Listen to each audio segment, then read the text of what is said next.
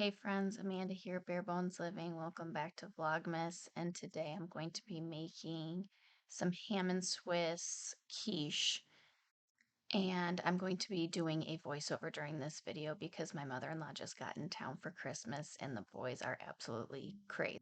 So here I am mixing together 3 cups of flour, 1 teaspoon of salt, and 1 teaspoon of baking soda.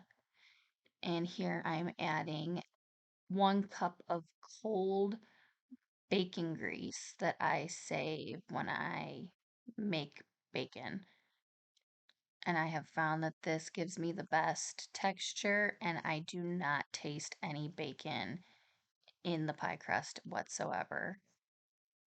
So I'm going to cut this in with a pastry knife until it becomes, nice and crumbly, and I break up all that lard and mix it in to my dry ingredients.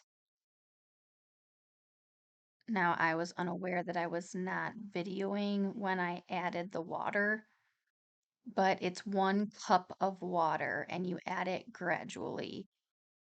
And basically, what I do is put all the dry ingredients on one side of the bowl, like it is right now, and then put the water on the other side, and then just add the dry ingredients into the water and mix it with my hand, which initially is very sticky. But as I work it more and then add a little bit more water, you can see here that it does work out, and you want it to be a little on the sticky side because we're going to also roll it out in flour. And you'll see here at the end, I do actually have quite a bit of that 1 cup of water left over. And I'm glad that I added it slowly. So this recipe actually makes 3 pie crusts. So I just cut it into 3 equal-ish parts, and then I formed them into balls to make sure that they were about the same size. And then I'm going to roll them each out individually. And I am not good at baking yet and eyeballing things necessarily. So you'll see here that it's not exactly a smooth process for me, but the more you do it, the easier it is. And it doesn't really matter in the end. It all turns out beautiful. So I'm just going to roll this out on a very floured surface with a very floured rolling pin.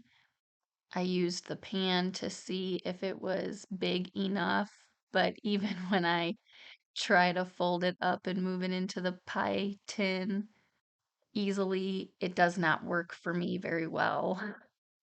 And I have to maneuver it quite a bit.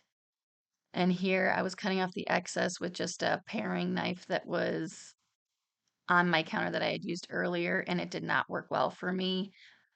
I usually use a butter knife that you'll see me using on the other 2, and it just works so much better. And the excess pie crust that I cut off, I just added to the other dough balls. And I just keep going along and making all 3 of my crusts because I'm making 3 of these ham and Swiss quiche, 1 for us to eat tomorrow, and then 2 more for the freezer for a later date.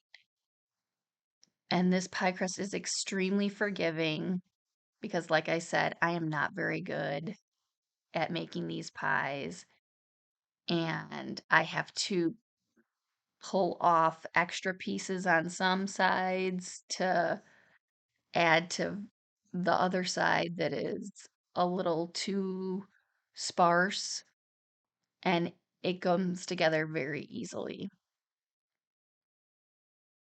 I don't know if you could tell, but I did go get that butter knife and it worked so much easier. And like I mentioned, I'm not very good at making round pie, basically making a circle out of my dough, um, no matter what I do, but it always works out. And I've used this pie recipe for savory and sweet dishes, and it works both ways. The bacon grease really does not lend any sort of flavor that I have noticed.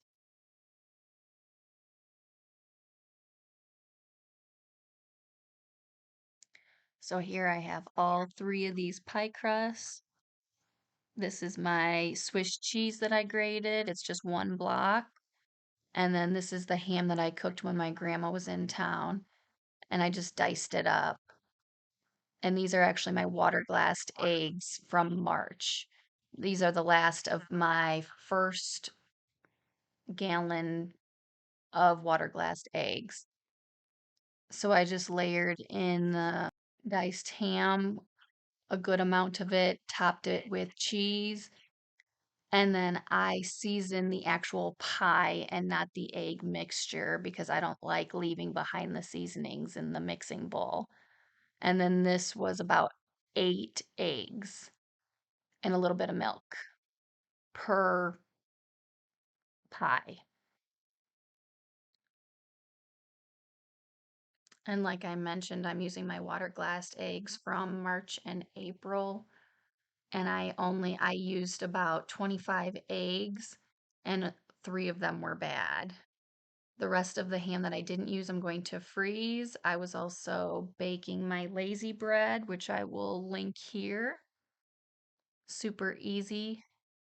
And then I baked these pies at 350 degrees for about 40 minutes. I checked it after 30 and then kind of did the jiggle test until it was done. I also baked some banana nut chocolate chip muffins. Thank you guys for stopping by today and joining in on our journey here at Bare Bones Living. We'll catch you on the next one.